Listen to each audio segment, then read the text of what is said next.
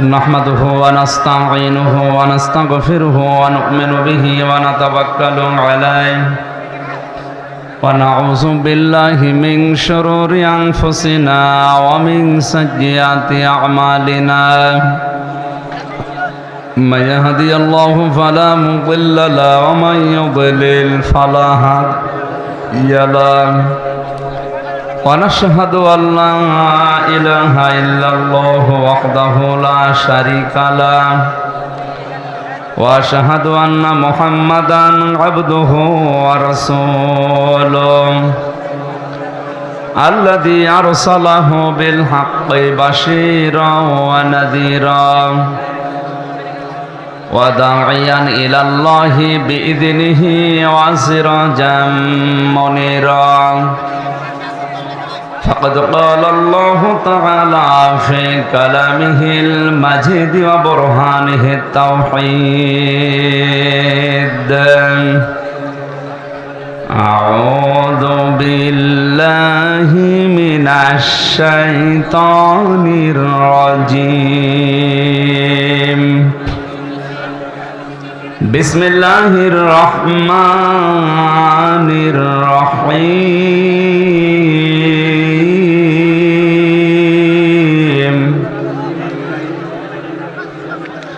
وإن جهنم لموعدهم أجمعين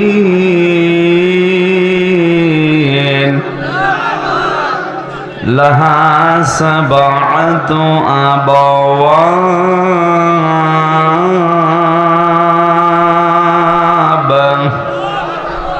لكل باب منهم جزء مقسوم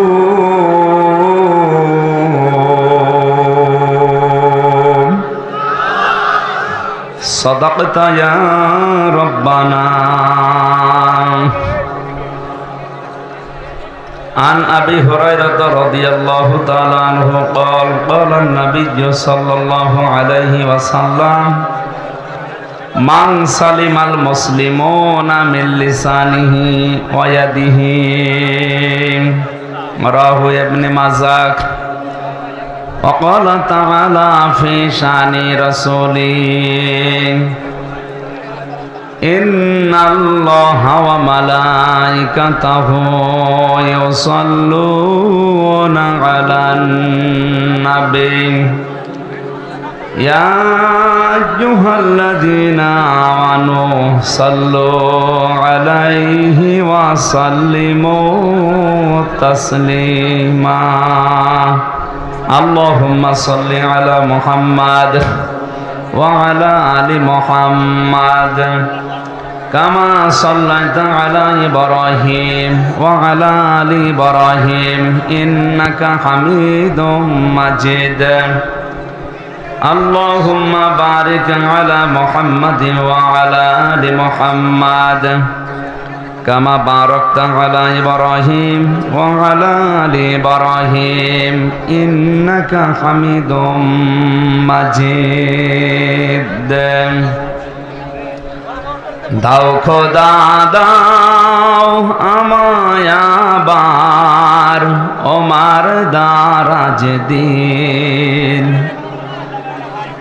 দাওয়ালির মতো বীর সেনানি জাগাতে নিখিল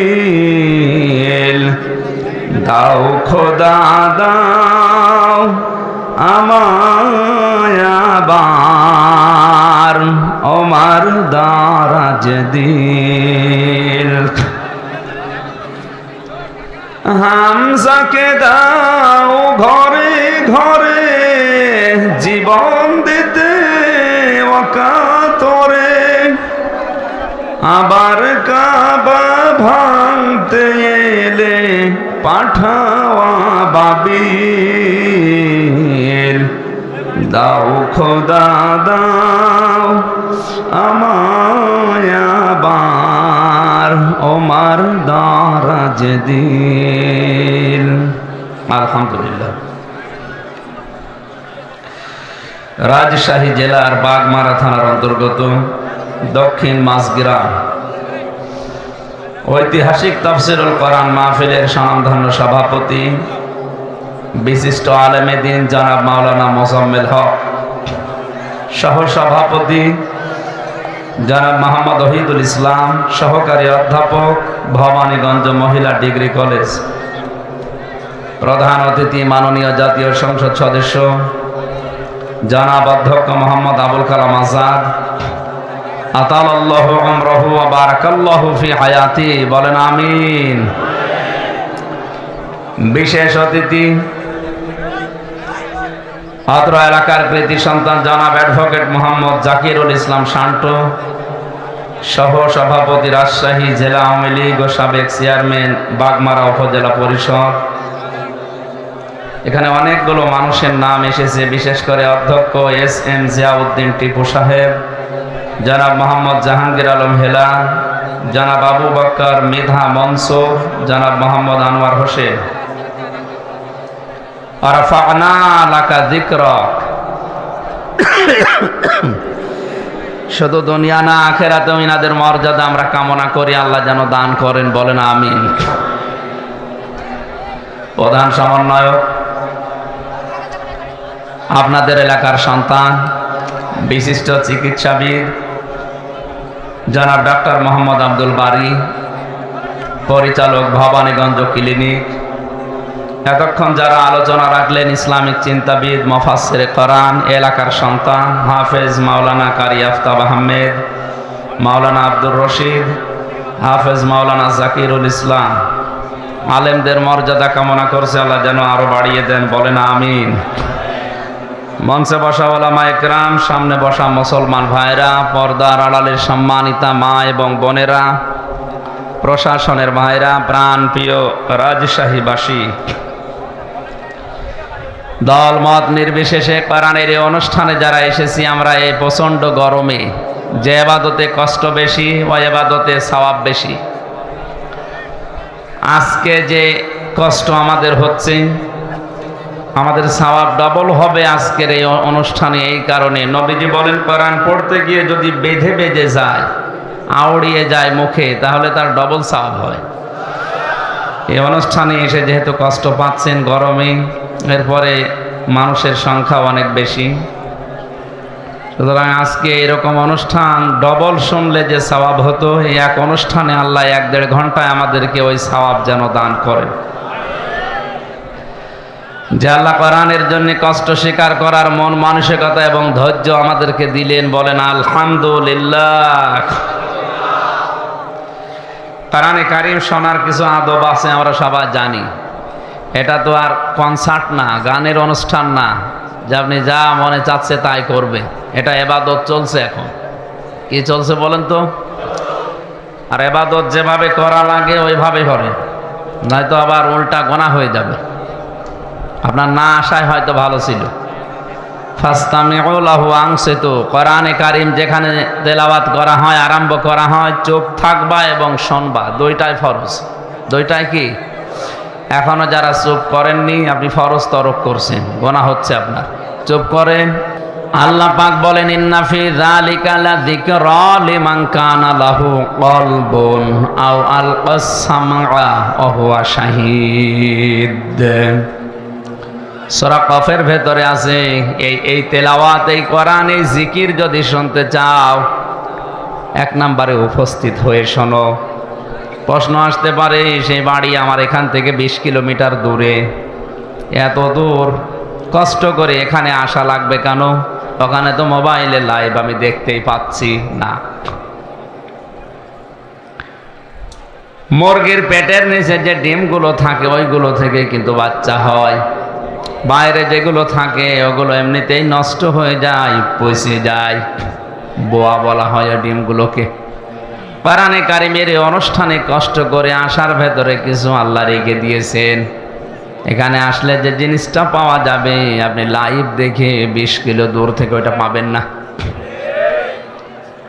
কোন মানুষ যখন কোরআন শোনার জন্য বাড়ি থেকে বের হয়, আর আমরা এই নিয়তে যারা এসেছি, যদি আমাদের 2টা বিষয় থাকে যে আল্লাহ আমি আজকে তাওবা করে ভালো হয়ে যাব, রাজশাহীবাসী, কোরআনে কারিমের প্রতি এই মহব্বত দেখে আমার একটা কথা মনে হচ্ছে, সূক্ষ্ম ষড়যন্ত্রগুলো এদেশে কোরআনের বিরুদ্ধে চলছে, আমি বিশ্বাস করি কিয়ামতের আগে দেশে এগুলো সফল হবে না। আল্লাহ যেন আমার এই বিশ্বাসকে সত্যে পরিণত করেন, বলেন আমিন। রাজশাহীবাসী, আল্লাহ পাক বলেন, মানুষ যখন বাড়ি থেকে এই নিয়তে বের হয়েছে যে আল্লাহ আজকে আমি মাঝগ্রাম কোরআনের অনুষ্ঠানে যে তাওবা করে ভালো হয়ে যাব, কোরআনে কারীম জানিয়েছে ইল্লা মান তাবা ওয়া আমানা ওয়া আমিলা আমালান সালিহান ফাউলাইকা ইউবাদদিলুল্লাহু সাইয়্যাতিহিম হাসানাত ইলা আখির আয়াত। আল্লাহ পাক সূরা ফুরকানের এই ৭০-৭১ নাম্বার আয়াতে জানিয়েছেন, কোন মানুষ যদি এই নিয়ত করে বাড়ি থেকে আসে আল্লাহ আমি আজকে তাওবা করে ভালো হয়ে যাব। এখানে আমার প্রশ্ন আলেমদের কাছে, তাওবা আর ইস্তেগফার এটা কিন্তু এক জিনিস না, এই দুইটার শব্দ অক্ষরও আলাদা আলাদা। ইস্তেগফার আপনি সব সময় করতে পারেন, আস্তাগফিরুল্লাহ আস্তাগফিরুল্লাহ, আল্লাহুম্মা গফিরলি, আল্লাহ আমাকে মাফ করে দাও। কিন্তু তাওবা যদি কেউ করে, আল্লাহ পাক গ্যারান্টি দিয়েছেন তাওবা করলে ওর পেছনের যে অপরাধগুলো ছিল আমি আল্লাহ শুধু মাফ করে দেই না, ওই জায়গাটা পুরা ফাঁকা হয়ে যায়, পুরাটা নেকি দিয়ে ভরাট করে দেয়। আমার বয়স এখন 33 বছর। এই 33 বছরে যত অপরাধ জানা না জানা আমি করেছি, আজকের এই ময়দানে যদি সত্যিই তাওবা করার নিয়তে আমি বসি, আর যদি তাওবা করতে পারি, আর তাওবার উপরে যদি সত্যি সত্যি টিকে থাকতে পারি, কোরআনে কারীম গ্যারান্টি দিচ্ছে ফাউলাইকা ইউবাদদিলুল্লাহ, আল্লাহ যেন নিজের কুদরতি হাতের আঙ্গুল এভাবে দেখিয়েছেন। এটা তাফসীরে হাক্কানীতে পাবেন, আল্লাহ পাক যেন নিজের কুদরতি হাতে ভাবে আঙ্গুল দিয়ে ইশারা দিয়ে দেখাচ্ছেন রাজশাহী বাগমারা আর এই মাঝ গ্রামে এই ময়দানের মানুষগুলো কি, এই মানুষগুলো যারা তাওবা করার নিয়তে বসে আছে, ফাউলাইকা ইউবাদদিলুল্লাহ বাদদালা ইউবাদদিলু তাবদীলান ফাহুয়া মুবাদদিলুন, এটা বদল হয়ে যাবে, পাল্টিয়ে যাবে, পরিবর্তন হয়ে যাবে। সাজ্জিয়াতিহিম হাসানাত, দুইটাই বহুবচন, যত গুনাহ ছিল পুরা উল্টিয়ে ওইটাই নেকি দিয়ে পাল্টিয়ে দেব আমি আল্লাহ। এবার আমাদের প্রশ্ন হচ্ছে, তাওবা ইস্তেগফার তো সব সময় করছে, আল্লাহ আমারে মাফ করো, আমাকে মাফ করো, আস্তাগফিরুল্লাহ। গফার থেকে শব্দটা ইস্তেগফার বা ইস্তেফাল, আর তাওবা এটা কিন্তু ওই শব্দ না। আপনি যদি সত্যি এখানে বসে আজকে তাওবা করার নিয়ত করেন, কত বড় বিশাল একটা বেনিফিট পাওয়া যাচ্ছে। জাকিরুল ইসলাম শান্টু সাহেব 50 বছর বয়স মনে করেন, এই 50 বছরের দুনিয়ায় যত অপরাধ করেছে, যে ধরনের অপরাধ হোক, সব আজকে কোরআনের ইজ্জতে তাওবার খাতিরে আল্লাহ মাফ করে জায়গাটা নেকি দিয়ে ভরাট করে দেবে। এটা কি এমনি এমনি দেওয়ার কথা?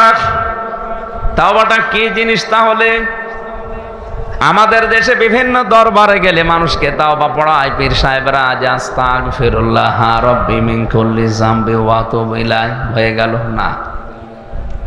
এটা তাওবার একটা বাক্য।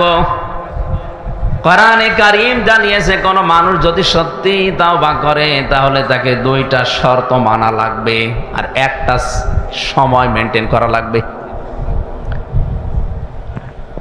সূরা জুমার 24 নম্বর পারার 3 নম্বর পৃষ্ঠার 12 নম্বর লাইনের 53 নম্বর আয়াতে আল্লাহ দলিল দিয়েছেন, আমরা তাওবা যদি করতে চাই শর্ত মানা লাগবে কয়টা?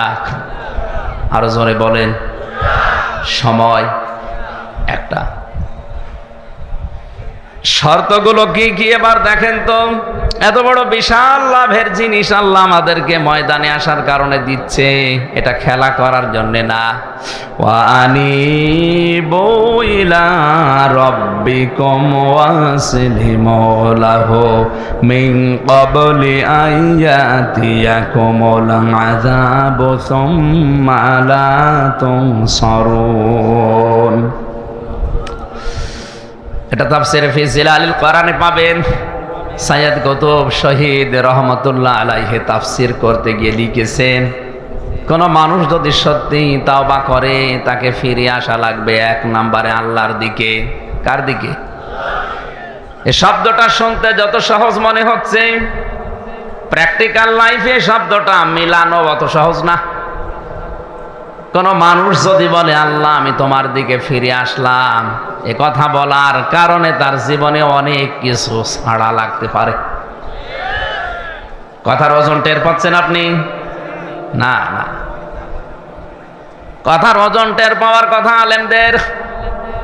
এ পৃথিবীতে কেউ যদি বলে আল্লাহ আমি তোমার দিকে ফিরে আসলাম, ওর জীবনে বহু জিনিস ছেড়ে দেওয়া লাগতে পারে। হয়তো এতদিন লাল পানি খেয়েছে, অনেক আনন্দে ছিল, ওই লাল পানি ছেড়ে দেওয়া লাগবে না? লাগবে না? এতদিন মেয়ে বউ বেটার বউকে বেপরদায় চালিয়েছে, কেউ যদি বলে আল্লাহ তোমার দিকে ফিরে আসলাম, ওইটাও ছেড়ে দেওয়া লাগবে। আর ওইটা ছেড়ে দেওয়া কি অত সহজ? আপনি যদি আজকে যে বলেন আমি আল্লাহর দিকে ফিরে এসেছি, তওবা করে এসেছি ময়দান থেকে, আর তোমাদেরকে এভাবে রাস্তায় যেতে দেব না, এমনও বউ আছে বলবে তোর ভাত আমি খাবো না। এই শব্দটা বলা যত সহজ ছিল, প্র্যাকটিক্যালি মিলানো অত সহজ। সূরা বুরুজের তাফসীরে পড়েছিলাম, ওই যে জালিম বাদশার নাম আমরা শুনেছি, তাকে ইউনূস, এই লোকটা জীবন্ত মানুষদেরকে অগ্নিকুণ্ডের ভেতরে যখন ফেলছিলেন, একটা ছোট মাসুম বাচ্চাকে প্রথমে যখন ফেলে দিয়েছে, তার মা কান্নাকাটি করছিল। আগুনের ভেতর থেকে বাচ্চাটা আওয়াজ দিচ্ছে, মা এটা আগুনের কুণ্ডলী না, এটা ফুল বাগান। তুমিও আমার মতো লা ইলাহা ইল্লাল্লাহ শব্দটা উচ্চারণ করে চলে আসো, আমার মতো তুমিও বাগানে থাকতে পারবে। এ দৃশ্য দেখে ওই বাদশার যে মন্ত্রী ছিল, সেও ছিল জালেম। এ দৃশ্য দেখার পরে চিন্তা করছে, প্রচন্ড অগ্নিকুণ্ডের ভেতরে, এ প্রজ্বলিত আগুনের ভেতরে যদি এ কালিমা পড়ার পরে ফুল বাগান মনে হয়, আমার জীবনের মন্ত্রিত্ব পাওয়ার পরও আমি এরকম বাগান পাইনি। আমি আজকেই তওবা করলাম, আমি ফিরে আসলাম। বাদশার কানে কথা যাওয়ার সঙ্গে সঙ্গে তার মন্ত্রিত্ব থেকে তাকে বাদ দিয়ে দিয়েছে। এত বড় কঠিন জিনিস হারানোর পরেও কিন্তু সে তাওবা ত্যাগ করেনি। আর আপনি আজকে এখান থেকে আনিবু ইলা রাব্বিকুম এ শব্দ শোনার পরেই মনে করছেন তো সহজ শব্দ, আল্লাহর দিকে ফিরে আসা, এই আর কি? এই আর কি? আপনি মিলিয়ে দেখেন আপনার জীবনে কত কিছু ছেড়ে দেওয়া লাগতে পারে। 2 নাম্বার শর্তটা আরো কঠিন, আসলিমু লাহু, আত্মসমর্পণ করা লাগবে।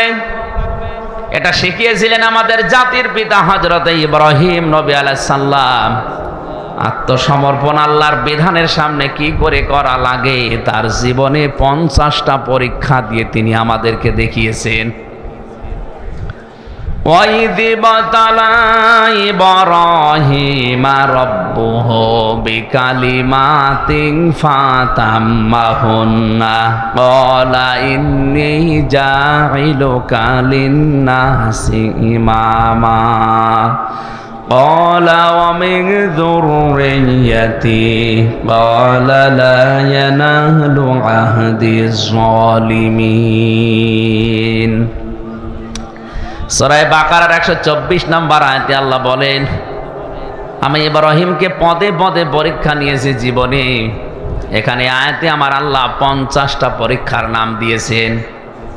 এটা তাফসীরে ফি জিলালিল কোরআনে পাবেন। প্রতিটি পরীক্ষায় হযরত ইব্রাহিম নবী উত্তীর্ণ হয়েছিলেন। তার ঈমানের যে পরীক্ষা ছিল, ঈমানের পরীক্ষা ছিল 10টা, আমলের পরীক্ষা ছিল 30টা। তার খাসলাত বা অভ্যাসের পরীক্ষা ছিল 10টা।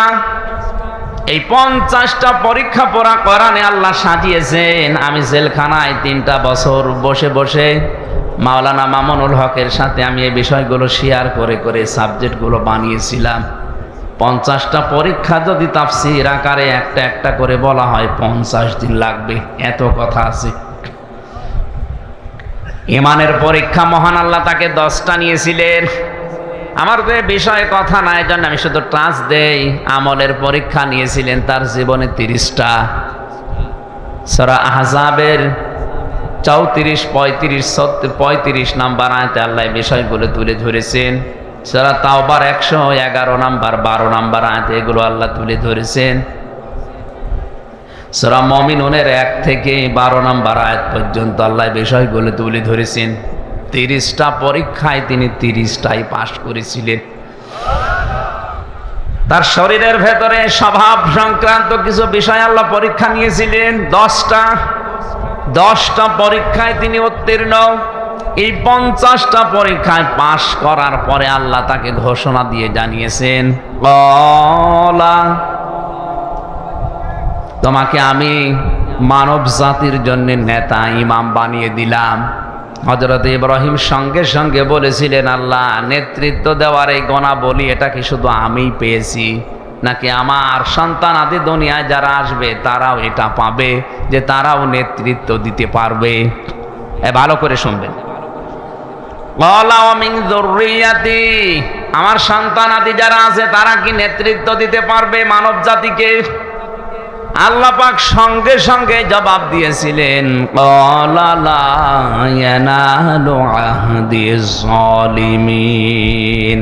এই যে ইয়ানালু এটা মোসারে, বর্তমান ভবিষ্যৎ, প্রেজেন্ট ফিউচার।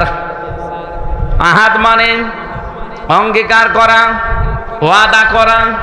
আল্লাহ বলেন কোন জালেমের জন্য আমি আল্লাহর কোনো অঙ্গীকার নেই, ওয়াদা নেই। তার মানে আয়াত দিয়ে আল্লাহ ফতোয়া দিয়েছেন কিয়ামত পর্যন্ত কোন জালেম পৃথিবীর মানব জাতির নেতৃত্ব দিতে পারবে না। অথচ আজ পৃথিবীর বড় বড় জালেম যারা, তারাই নেতা হয়ে বসে আছে। তারা আজ ইমানদারদেরকে নিষেধ করে যে তোমরা এ লাইনে আসার দরকার নেই। আরে ভাই, আপনি তো জুলুম করছেন আপনার নফসের উপরে, আপনি জুলুম করছেন আপনার জনগণের উপরে, আপনি জুলুম করছেন ফিলিস্তিনের মানুষের উপরে। আপনার জন্যে এ শব্দটা বলা মানায় না, তোর জন্যে। এই নেতানিয়াহুর মতো এই জঘন্যতম বেয়াদবকে আপনি বলা সাজে না, ওরে বলা লাগবে তুই। তোর জন্যে পৃথিবীতে নেতৃত্ব দেওয়াই জায়েজ নেই। তোর অনুসারী দুনিয়াতে যারা আছে তাদেরও নেতৃত্ব দেওয়া হারাম। আপনি কি মনে করছেন ওরা আল্লাহ একজন আছে বিশ্বাস করে না? করে। কেন? অহংকার করে, হিংসা করে শুধু আমাদের নবীকে ওরা মানে নাই। এই জন্য ওদের উপরে আল্লাহ নিজে লানত দিয়েছেন। দলালাত, গমরাহি, এই শব্দটা ওদের উপরে চাপিয়ে দিয়েছেন। প্রতিদিন আমরা লক্ষ লক্ষ মুসলমানেরা ওদের জন্য বরদোয়া করি, গায়রিল মাগদুবি আলাইহিম ওয়ালাদ-দাল্লিন। এই শব্দটা বলা হয় না?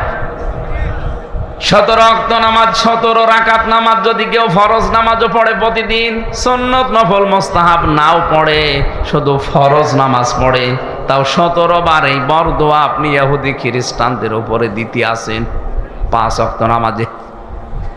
আর যদি নফল সুন্নত পড়েন, ওয়াজিব পড়েন, তাহলে কয়েকশো বার আপনার মুখ দিয়ে আল্লাহ একটা কথাই বের করে নিচ্ছে, বলো যে তোমাদের উপরে আল্লাহর লানত, গজব, তোমরা গোমরাহ।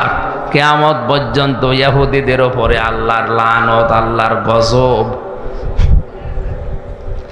তাফসীরে আমি যে 2টা কারণ পেয়েছি এদের উপরে গজব নাযিল করা, আল্লাহ রাব্বুল আলামিন 2টা কারণের ভেতরে দিয়েছেন। ওরা সত্যকে সত্য জানার পরেও মানত না, হিংসা করে আর অহংকার করে। ওদের তাওরাতে, ওদের ইনজিলে লেখা ছিল আমাদের নবী মুহাম্মদুর রাসূলুল্লাহ শেষ নবী, সর্বশ্রেষ্ঠ নবী। কিন্তু নিজেদের ধর্মে, ইহুদি ধর্মে, খ্রিস্টান ধর্মে মুহাম্মদুর রাসূলুল্লাহ আসে নাই। এই কারণে তারা জানার পর অহংকার করে, হিংসা করে মানত না। যে সত্যকে সত্য জানার পরে যদি কেউ হিংসা করে, অহংকার করে, না মানে, আল্লাহ পাক বলেন কিয়ামত পর্যন্ত তার উপরে আমার লানত, আমার বরদোয়া, আমার গজব। বলেন নাউজুবিল্লাহ। এই আয়াত পড়ার পরে মনে হচ্ছে এটা শুধু এখন আর ইহুদি খ্রিস্টানদের উপরে নেই, এটা আমাদের উপরেও এখন চাপতেছে। কারণ এখানে হাজারো মুসলমান সত্যকে সত্য জানার পরও আজ অনেকে মানতে চায় না, হিংসা করে আর অহংকার করে। ও কিন্তু জানে যে কুষ্টিয়া থেকে আমির হামজা এসেছে, ওর বাবার কথা বলবে না, কথা বললে কোরআন দিয়েই বলবে, দলিল দিয়েই কথা বলে। এরপরও হিংসা করে মানে না, না এ তো আমার দলের মুরিদ না, এ তো আমার দলের লোক না। যে হিংসা করে, অহংকার করে, মানে না, এগুলো এক প্রকার ইহুদি খ্রিস্টানদের মতো। রাজশাহী বিভাগে নেই।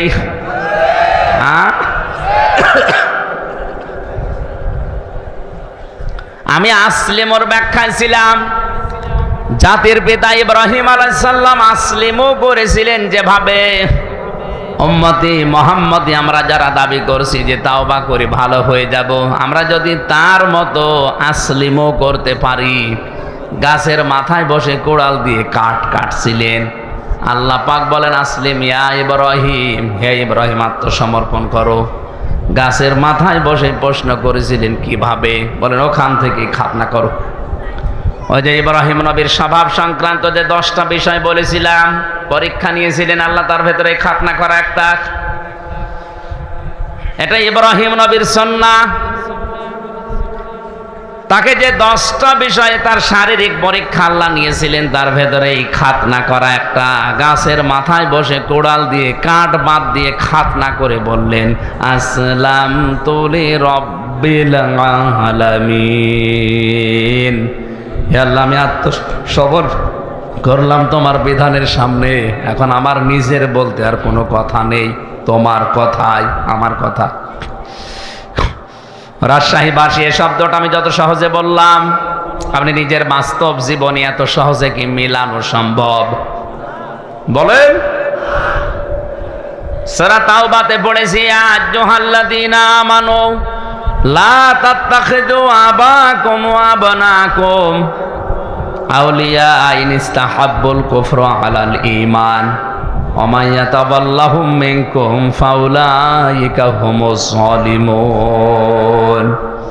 ওহে যারা বিশ্বাস করো আল্লাহ একজন আছে, কিয়ামত হবে, তারা শোনো, কখনো তোমাদের মা বাবা, তোমাদের সন্তান আদি, স্ত্রী পুত্র, এগুলোকে এরা যদি ইমানের পরিবর্তে কুফরিকে বেশি ভালোবাসে, তাদের সাথে সম্পর্ক রাখা যাবে না। শব্দটা কত কঠিন আপনি জানেন। বদরের ময়দানে পরীক্ষা দিয়েছিল সাহাবায়ে কেরাম এই আয়াতের। হযরতে সিদ্দিক আকবর রাদিয়াল্লাহু তাআলা আনহুর সন্তান আব্দুল্লাহ যুদ্ধের পরে এসে বলছে, বাবা আমি কিন্তু জিহাদের ময়দানে বদরে তোমারে পেয়েছিলাম, কিন্তু তুমি আমার বাবা, এজন্য আমি কিছু বলি নাই। হযরতে আবু বকর সিদ্দিক ওই সময় বলেছিলেন, সন্তান তুমি আমার যুদ্ধের ময়দানে পাবার পরও সুযোগ পেয়েও কিছু বলো নাই বাবা মনে করি। আল্লাহর কসম করে বলছে, আমি যদি তোমার একবার দেখতে পেতাম আর আমি যদি সুযোগ পেতাম, কসম ওই আল্লাহর তুমি আমার সন্তান, এটা আমার মনে থাকতো না। কারণ আমি কোরআনে কারিমের আয়াত পড়েছি, ইনস্তাহাব্বুল কুফরা আলাল ঈমান। যে সন্তানাদি, যে স্ত্রী, যে ভাই ভাগ্যর, যে মা বাবা, এরা যদি আল্লাহ রাসূলের পরিবর্তে, ইমানের পরিবর্তে কুফরিকে বেশি ভালোবাসে, তাদের সাথে সম্পর্ক রাখা যাবে না। তারা এই আয়াতটা বাস্তব জীবনে মিলিয়েছিল। আমরা আজ অনেকে মিলাতে পারি না। কোরআনে কারিমের আয়াতগুলো বিশেষ করে মধ্যপ্রাচ্যে যারা আছে মুসলমানেরা, আর আমরা এই বাংলাদেশ, ভারত, পাকিস্তানে যারা আছি, তারা কিন্তু কোরআনের আয়াত একই আছে, বাস্তব প্রেক্ষাটা মিলাতে গিয়ে আমরা আলাদা করে ফেলি। আমি রিমান্ডে থাকাকালীন এক হিন্দু অফিসার, ওর অনেকগুলো আয়াত দেখলাম মুখস্থ আছে। আমারে বলছো হুজুর একটা কথা বলি, আপনি তো মাওলানা মানুষ, আপনি তো বিভিন্ন জায়গায় ওয়াজ করেন। আমি সরকারি কাজে 2 বছর ইয়ামেনে ছিলাম, ওমান। ওখানে থাকাকালীন আমি দেখেছি ওনাদের কোরআনে কারিম হাদিস মেনে নেওয়ার আমাদের কোরআনে কারিম হাদিস মানা, এই 3টা দেশে এক না। মানে আপনি তো হিন্দু, অন্য জাতির লোক, কিভাবে কি বোঝেন? আমি যে দোকানে খাবার খেতাম, দোকানের মালিক বসে আছে, টাকা নিচ্ছে ক্যাশ, আর যেখানে খাবার দেয় হোটেলের বয় বলা হয়, ওটা ওই মালিকের নিজের আপন ছোট ছেলে। মানুষকে রুটি দেয়, পানি দেয়, এগুলো সব টেনে দেয় তরকারি।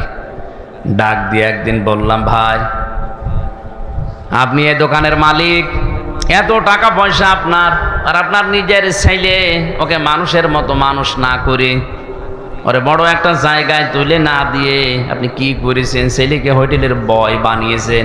একটা কথা হলো, উনি ওনার ভাষা দিয়ে বুঝিয়েছে, ভাই আপনি কোন দেশের মানুষ আমি জানি না, তবে অনেক দিন আপনি আমার হোটেলে খাবার খানের জন্য আপনাকে বলছি, এটা আমার নিজের ছেলে হতে পারে। কোরআনে কারিম এবং নবীর হাদিস আমার সামনে আছে, ইয়া আইয়ুহাল্লাযীনা আমানু ইন্না মিন আযওয়াজিকুম ওয়া আওলাদিকুম আদুওয়াল লাকুম ফাহযারুহুম ইলা আখিরি আয়াত। ওই হিন্দু অফিসার আমাকে বলছেন, হুজুর এ দোকানের মালিক আমাকে কোরআনে কারিমের সূরা তাগাবনের এই 14 নাম্বার 15 নাম্বার আয়াত আমাকে শোনালো। আমারও কোরআনের অনেক আয়াত মুখস্থ আছে, আমি বাংলা সহ মুখস্থ করেছি। আমাকে মনে বোঝাতে চেয়েছে যে আল্লাহ পাক জানিয়েছেন, ইমানদারেরা তোমাদের স্ত্রী সন্তান কখনো কখনো তোমাদের শত্রু হয়ে দেখা দেবে, সুতরাং তাদের থেকে সতর্ক থাকবা। আমার এই সন্তানটাকে আমি যা মনে করি, আপনাকেও আমি একই জিনিস মনে করি, কারণ আল মুসলিম আখুল মুসলিম, মুসলমান মুসলমানের ভাই। আপনি জাতিতে কি আপনাকে তো আমি চিনি না, তো মুসলমান মনে করি বলছি। আমার এই নিজের আপন সন্তানকে আমি যা মনে করি, পৃথিবীর 175 কোটি মুসলমানকে আমি তাই মনে করি না। এখানে বোঝার চেষ্টা করেন তো কথাটা কি বোঝাতে চাইলেন তিনি, যে আমার দায়িত্ব ছিল নবীর হাদিস অনুযায়ী আমার এই সন্তানের একটা সুন্দর নাম রাখা। আমি ওর নাম রেখে দিয়েছি আব্দুর রহমান। 2 নাম্বারে ওকে আমি দ্বীনের শিক্ষা দেওয়া, এটা আমার দায়িত্ব ছিল। দ্বীনের শিক্ষা মানে হাফেজ মাওলানা শায়েখ বানানো লাগবে না, ইসলাম মানতে যতটুকু প্রয়োজন অতটুকু শিক্ষা দেওয়া ফরজ আমি শিখিয়েছি। অন্তত ইসলামের যে মৌলিক জিনিস এগুলো মানতে পারে। 3 নাম্বারে ওকে একটা সৎ পাত্রী দেখে পাত্রস্থ করা আমার দায়িত্ব ছিল, আমি একটা সৎ পাত্রী দেখে ওকে বিয়ে দিয়েছি। 4 নাম্বারে ওকে একটা হালাল কর্মজীবন তৈরি করে দেওয়া আমার দায়িত্ব ছিল, আমি দিয়েছি আমার সামর্থ্য অনুযায়ী। আমার দোকানেও কর্মচারী হয়ে কাজ করে, মনে করেন 20,000 টাকা বেতন পায়, এটা দিয়ে ওর সংসার হালাল ভাবে ভালোভাবে ওর স্ত্রী নিয়ে চলছে, কোনো অসুবিধা নেই।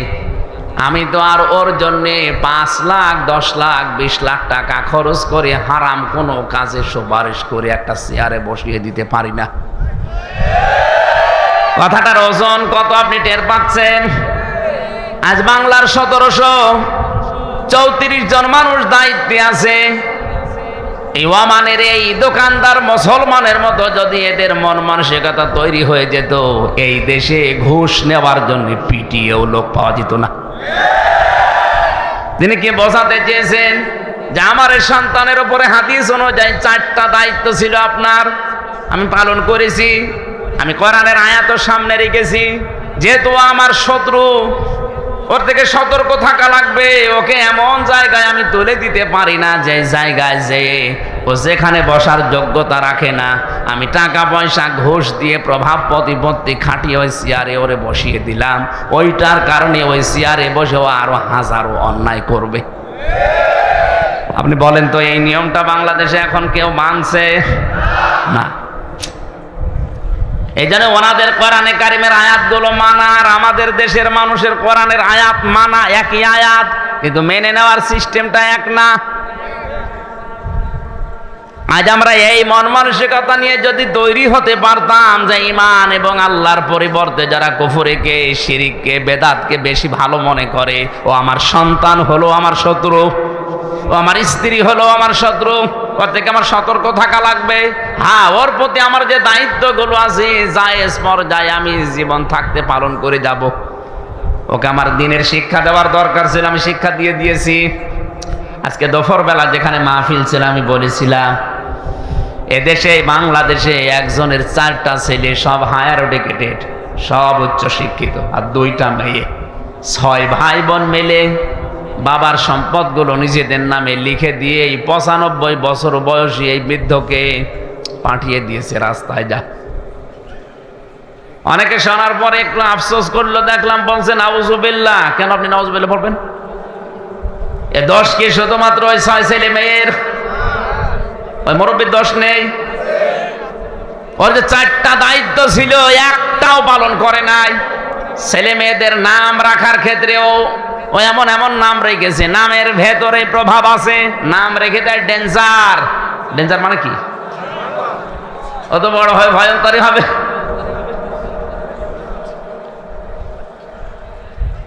নাম রেখে দিয়েছে বুলেট, অত যারে তারে মারবে। নামের একটা প্রভাব আছে।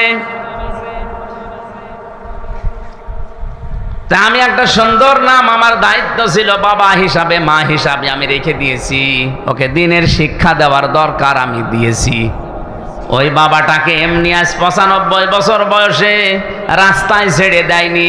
অত কিছুদিন পরে রাস্তায় মরে যাবে, কুকুরে শ্রীগালে ডেনে পড়ে থাকবে, টেনে টেনে খাবে।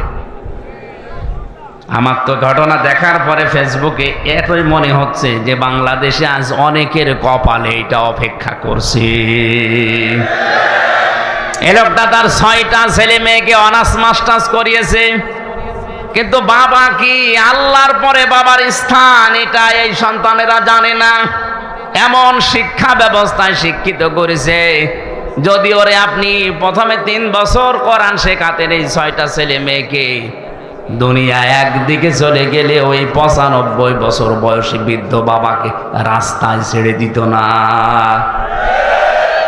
আমাদের শিক্ষা ব্যবস্থায় যেহেতু সিস্টেমগুলো এখন অনেকাংশে নেই, আমরা নিজেরা মুসলিম হিসাবে সচেতন হয়ে, আমি গ্যারান্টি দিচ্ছি আপনাকে, কোরআন সামনে নিয়ে ছেলে মেয়ে হোক 3টা বছর তাকে কোরআনে কারিমের শিক্ষাটায় রাখেন।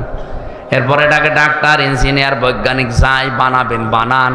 ও যত বড় হবে কোনো দিনও এইটা ভুলবে না যে আপনি কিন্তু আল্লাহর পরে আপনার স্থান। এখনো পর্যন্ত যদি ওই মুরব্বীর মতো রাস্তায় শেষ বয়সে আসতে না চান, ডেনে পড়ে মরে কুকুরের খাবার হতে না চান, ছেলে মেয়েদেরকে এখনো 3 বছর কোরআনে কারিমের শিক্ষায় অভ্যস্ত করেন।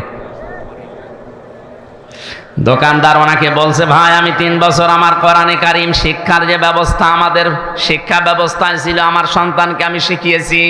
ও ইসলামের মৌলিক বিষয়গুলো এখন জানে, যে 5 ওয়াক্ত নামাজ পড়া লাগে, রোজা রাখার আগে রমজানে সম্পদ এই পরিমাণ থাকলে যাকাত দেওয়া লাগে, এই পরিমাণ সম্পদ থাকলে হজ করা লাগে, আল্লাহর পরে মার বাবার স্থান, এই মৌলিক বিষয়গুলো ওর জানা আছে, আমি ওকে জানিয়ে দিয়েছি। 3 নম্বরে ওকে একটা সৎ পাত্রী দেখে আমি পাত্রস্থ করেছি। বিয়ে দেওয়ার সময় আমি ওর শ্বশুরের কাছ থেকে যৌতুক নেইনি। যে সমস্ত বাবা আর মারা ছেলে মেয়েকে বিয়ে দেওয়ার সময় যৌতুক নেন, আপনি ছেলেকে মেয়ের বাবার কাছে বিক্রি করে দিয়েছেন। আপনি হয়তো টের পাচ্ছেন না গোপনে কি হয়। যৌতুক নিয়ে যারা বিয়ে করে ওরা সারা জীবন ওই স্ত্রী লোকের কাছে গোলামের মতো থাকে। কিছু হলে কিন্তু রাতে খোঁটা দেবে। এই কথা বলছেন না কেন? আপনি তো ছেলে বিয়ে দেননি, ছেলেকে আপনি বিক্রি করে দিয়েছেন। আমার ছেলেকে আমি ওই করি নাই, আমার ছেলেকে আমি একটা সৎ পাত্রী দেখে যৌতুক নেইনি, বিয়ে দিয়ে এনেছি। আর আমাদের দেশে যৌতুক নেইও। 4 নম্বরে ওকে আমি একটা হালাল কর্মজীবন আমার সামর্থ্য অনুযায়ী তৈরি করে দিয়েছি। আজ বাংলার প্রতিটি বাবা, প্রতিটি দায়িত্বশীল যদি এই মনে করে কোরআনের এই আয়াতটা, সূরা তাগাবুনের এই আয়াতটা মেনে নিত, বাংলাদেশে আল্লাহর কসম ঘুষ চলতো না। প্রত্যেকটি মানুষের ভেতরে এই সেন্স থাকতো যে কার জন্য আমি করব। আমার ছেলের জন্য, আমার গ্রামের ছেলের জন্য, কুষ্টিয়ার জেলার ছেলের জন্য, রাজশাহীর ছেলেও তা, কুষ্টিয়ার ছেলেও তা, আমার নিজের আপন ছেলেও তা, সবই আমার কাছে সমান। শত্রু হলে আমার নিজের ছেলেও শত্রু হতে পারে, শত্রু হলেও কুষ্টিয়ার ওই ছেলেও শত্রু হতে পারে। কথা বলেন না কেন? আল্লাহ আমাদেরকে কোরআনের আয়াতটা এইভাবে অনুধাবন করে মানার তৌফিক দান, বলেন আমিন। হযরত ইব্রাহিম নবী আলাইহিস সালাম যেভাবে আত্মসমর্পণ করেছিলেন, সত্যি সত্যি যদি ওভাবে আল্লাহর 500 বিধান আছে কোরআনে, জানার পরে আপনি মাথা নত করে দেন, স্যালেন্ডার করেন, এই দুইটা শর্ত মানবেন। কখন? মিন ক্বাবলি আইয়াতিয়াকুমুল আযাবু সুম্মা লা তুনসারুন। আল্লাহ পাক বলেন ওই আযাব আসার পূর্বে তোমার এই দুইটা শর্ত মানা লাগবে, যখন তোমাদেরকে আর সাহায্য করা হবে না। রাজশাহীবাসী মন খুলে বলেন, আমাদেরকে সাহায্য করা হবে না কখন? মরণের সময়। কখন? বলেন বলেন। আর মরণ তো আসবে 71 সালে। কখন? 41। এখন বসে আসি, দাঁড়াতেও না পারি। কথা বলেন না কেন? সুতরাং আমাকে শর্ত মেনে নেওয়া লাগবে দুইটা, সময় মেনটেন করা লাগবে একটা। শর্ত তো আমরা কম বেশি জানলাম, অনেকে মেনে নেওয়ার সিদ্ধান্ত হয়তো নিয়েছেন যে আল্লাহর দিকে আমি আজকে ফিরে আসব, আল্লাহর বিধানের সামনে আমি আত্মসমর্পণ করব, এতে যদি অনেক কিছু ছেড়ে দেওয়া লাগে আমি রাজি আছি। ইব্রাহিম নবী ছাড় দিয়েছিলেন না? তার বাবাকে ছেড়ে দিয়েছেন। যখন আগুনে ফেলছিল ওই কঠিন মুহূর্তে তিনি তাকিয়ে দেখলেন যে চড়কা আছে, চড়ক গাছ, এটা তার বাবা পর্যন্ত ধরে ঘোরাচ্ছে। তিনি কেঁদে ফেললেন, ডাক দিয়ে বলে, রব্বুল আলামিন, দুনিয়ায় বিপদে পড়লে মানুষ বাবা আসে সাহায্য করার জন্যে, আর আমি আজকে দেখতে পেলাম আমার বাবা নিজে আমাকে আগুনে ফেলার জন্যে নিজে চড়ক গাছ ধরে ঘোরাচ্ছে। আমার বিশ্বাস হয়ে গেছে আসমান জমিনে তুমি ছাড়া আর কেউ নেই, মাবুদ তুমি আমাকে বাঁচাও। ফেরেশতাও এসেছিল, তিনি নেননি। আল্লাহ পাক তার এই ঈমানটা দেখার পরে আগুন পর্যন্ত ফুল বাগান বানিয়ে দিয়েছেন। সালামান শব্দ দিয়ে পুরা আগুনের বাগান, আগুনের কুণ্ডলকে আল্লাহ সালামান দিয়ে বেহেশতের বাগান বানিয়ে দিয়েছেন।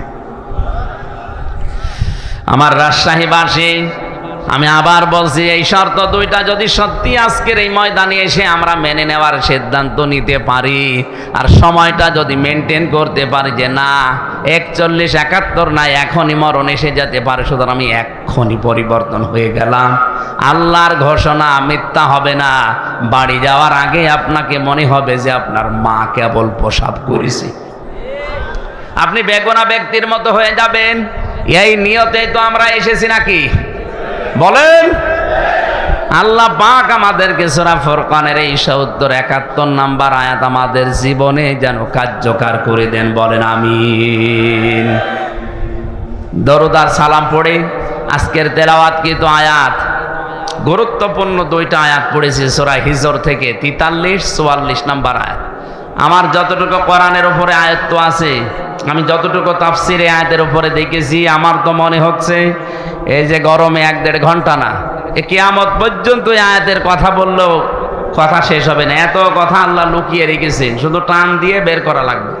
আজকে আমরা চেষ্টা চালাবো তাফসির আকারে আবিষ্কার করার, ইনশাআল্লাহ।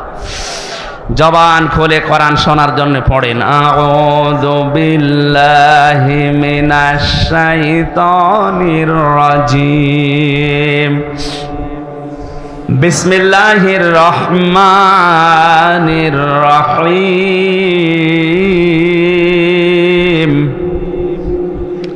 ওয়া ইন্না জাহান্নামা লামাউইদুহুম আজমাইন, লাহা সাবআতু আবওয়াব, লিকুল্লি বাবিম মিনহুম জুজউম মাকসুম।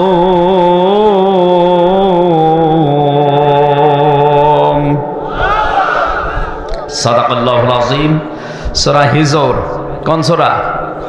হিজর মানে পাহাড়ের পাথর। কিসের পাথর? পাহাড়ের পাথর নামে আল্লাহ এই সূরাটা নাযিল করলেন। 99টা আয়াত দিয়েছেন। এই সূরার সর্বশেষ আয়াত হচ্ছে আল্লাহ পাক বলেন ইবাদত করতে থাকবা ওই সময় পর্যন্ত যতক্ষণ তোমার কাছে মরণ না আসে। তার মানে ইবাদত এটা শুধু 2-1 দিন 5 দিনের ব্যাপার না, মানুষের জীবনে ইবাদত চলবে ওই সময় পর্যন্ত যতক্ষণ পর্যন্ত মরণ না আসে। এখন ইবাদতটা কি? আমরা অনেকে এখানে ধারণা করে রেখে দিয়েছি। এই সূরার সর্বশেষ আয়াত কি? ওয়া'বুদ, তোমরা ইবাদত করো রব্বাকা, তোমার রবের, হাত্তা, যতক্ষণ ইয়াতিয়াকাল ইয়াকিন, তোমার কাছে মরণ না আসে। আমি আয়াতের তাফসীর পড়তে গিয়ে কাবির ফখরুদ্দিন রাজি রহমতুল্লাহ আলাইহির 5টা মন্তব্য পেয়েছি। আমি কি তাফসীর আকারে বলবো না কিচ্ছা বলবো? তাফসীরুল কোরআন মাহফিল আপনি লিখে দিয়েছেন, এই জন্য আমি ওইদিকে যাচ্ছি। যেহেতু ধারণাটা পাল্টাতে হবে ইবাদতের। মানুষ মনেই করে ইবাদত মানে মসজিদে যতক্ষণ নামাজ পড়ি ওইটা ইবাদত, রমজান আসলে যতক্ষণ 11-12 ঘন্টা রোজা রাখি ওইটা ইবাদত, হজ করতে গিয়ে যে 4-5 দিন সময় লাগে ওইটা ইবাদত, যাকাত শুধু বছরে একবার যে কয় মিনিট দিয়েছি ওইটা ইবাদত। কে বলেছে আপনাকে? আল্লাহ পাক বলেন মরণ যতদিন না আসে ততদিন পর্যন্ত ইবাদত করবা তোমার রবের। তার মানে শব্দ থেকে বোঝা যায় ইবাদত শুধু মসজিদের এই 5 মিনিট 7 মিনিট 10 মিনিট না, রমজানের 11-12 ঘন্টা না, অবশ্যই ইবাদত করা লাগবে আজরাইল আসার আগ পর্যন্ত। এই হিসাবে আমি যে খাবার খাই এটাও ইবাদত। কথা বলেন কেন? কেউ যদি সকালবেলা উঠে নাস্তা করার সময় বলে বিসমিল্লাহির রহমানির রহিম, এই শব্দ বলার পরে মুখে খাবার দেয়, 8 মিনিট 10 মিনিট 15 মিনিট 20 মিনিট ধরে যদি রুটি খায়, খাবার খায়, পুরা খাবারটাই হয়ে যাবে ইবাদত। খাবার খাওয়ার পরে টয়লেটের প্রয়োজন দেখা দেয়, টয়লেটে প্রবেশ করার সময় যদি কেউ বাম পা দিয়ে প্রবেশ করে বলে আল্লাহুম্মা ইন্নী আউযু বিকা মিনাল খুবুসি ওয়াল খাবাইস, হে আল্লাহ আমি যত দুষ্ট জিন আছে সে নারী জিন হোক পুরুষ জিন হোক তাদের থেকে তোমার কাছে আশ্রয় চাই। এই শব্দটা বলার পরে যখন মানুষ টয়লেটে বসে তখন শয়তানের চোখের উপরে পর্দা পড়ে যায়। এখানে কত হাজার হাজার মুসলমান আছে এই শব্দটা বলে টয়লেটে বসবে এইটাও বলে না, ও জানেও না। শয়তান কিন্তু জান্নাত থেকে আদম হাওয়াকে বের করে দেবে, এটা তার টার্গেট ছিল না। প্রথমে ওর প্রথম টার্গেট ছিল আদম হাওয়াকে আমি কি করে উলঙ্গ অবস্থায় লজ্জা স্থান দেখব।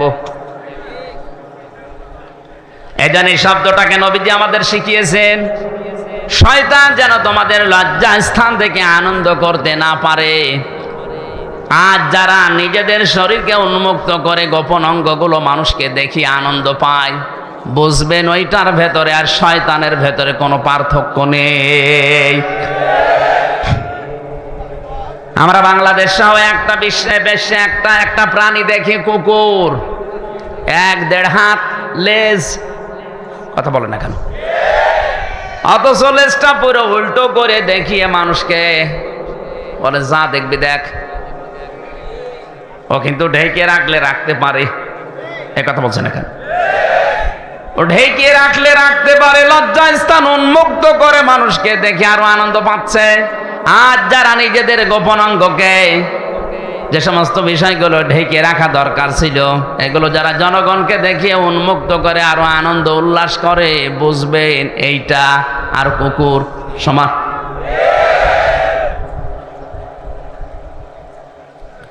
শয়তান সবচাইতে বেশি খুশি হয় যৌনতা ছড়াতে পারলে।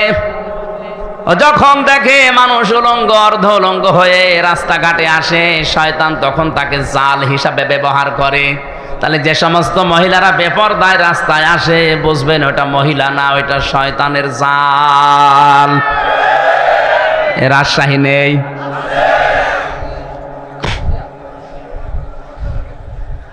কোন মহিলাকে নবীজি দাজ্জুস বলেন নাই হাদিসে, আর দাজ্জুস লা ইয়াদখুলুল জান্নাহ, এটা মুযাক্কার শব্দ। ওই পুরুষ মানুষ দাজ্জুস যার মেয়ে পর্দার ভেতরে কন্ট্রোলে থাকে না, যার স্ত্রী পর্দার ভেতরে কন্ট্রোলে থাকে না, যার বোন পর্দার ভেতরে কন্ট্রোলে থাকে না, যার মা পর্দার ভেতরে কন্ট্রোলে থাকে না, নবীজি ওই পুরুষকে বলেছেন দাজ্জুস, ওর জন্য জান্নাত হারাম। এ হাদিস অনুযায়ী বাংলাদেশে কত মানুষের ওপরে জান্নাতে যাওয়া নিষিদ্ধ, আপনি চিন্তা করে দেখেন। আজকে থেকে আমলটা আমরা ইবাদতটা আরম্ভ করব। টয়লেটে যদি 8 মিনিট 10 মিনিট আপনি সময় ব্যয় করেন, এই দোয়াটা পড়ে বসার সঙ্গে সঙ্গে ইবাদত আরম্ভ হয়ে যায়। বলেন ওইটাও আবার ইবাদত? হ্যাঁ, ওইটাও ইবাদত। ওখান থেকে যখন ডান পা দিয়ে আপনি বের হয়ে বলেন গফরানাক, কি বলেন? কেন বলেন বলেন তো? এই কথাগুলো ভালো করে বোঝেন। কেন আপনি 8-10 মিনিট 15 মিনিট টয়লেটে বসে থাকার পরে ডান পা দিয়ে বের হওয়ার সময় গফরানাকা বলেন? আল্লাহকে বলতে চান, মাবুদ আমি এই 10 মিনিট পর্যন্ত তোমার জিকিরের, তোমার তাওবার, তোমার ক্ষমার বাইরে ছিলাম, আমি পড়তে পারি নাই। এই জন্য বের হওয়ার পরে আমি তোমার কাছে বলছি গফরানাকা, আমাকে আগে মাফ করে দাও।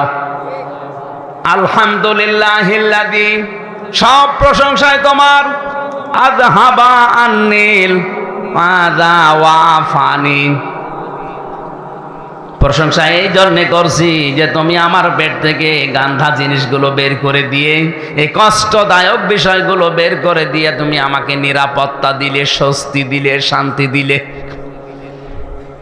এই শব্দটা শুধু বলা না, বাস্তবে যদি আমার আল্লাহ সত্যি এটা বন্ধ করে দিত, টয়লেট যদি কারো বন্ধ হয়ে যায়, প্রসাব যদি বন্ধ হয়ে যায়, ডাক্তার আছে, আমারও কয়েকদিন আগে চট্টগ্রামে থাকাকালীন বন্ধ হয়ে গিয়েছিল প্রসাব। ডাক্তারকে দেখানোর পরে আমারে বলছে 12,000 টাকা খরচ হবে এটা আবার চালু করার জন্য।